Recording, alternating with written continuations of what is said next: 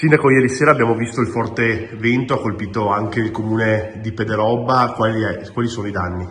Sostanzialmente sul giro di qualche secondo una determinata zona della frazione di Onigo è stata colpita da questa tromba d'aria che ha distrutto la sede degli alpini di Onigo per esempio, l'oratorio, il cimitero è stato devastato, sono stati attimi di paura e ieri sera attraverso la volontà e grazie al supporto della protezione civile di tutti i cittadini del nostro paese siamo riusciti un po' a parare il colpo. Ecco, oggi la conta dei danni, quanti sono e cosa sta facendo sia l'amministrazione che la protezione civile e i cittadini per far sì che la situazione torni alla normalità?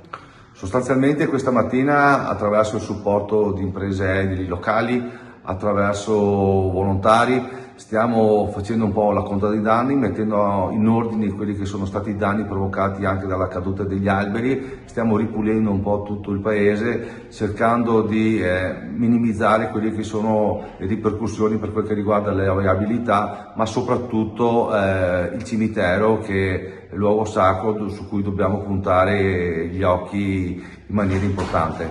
Ecco, fortunatamente nessuna persona è rimasta ferita. Quando secondo lei la situazione tornerà alla normalità?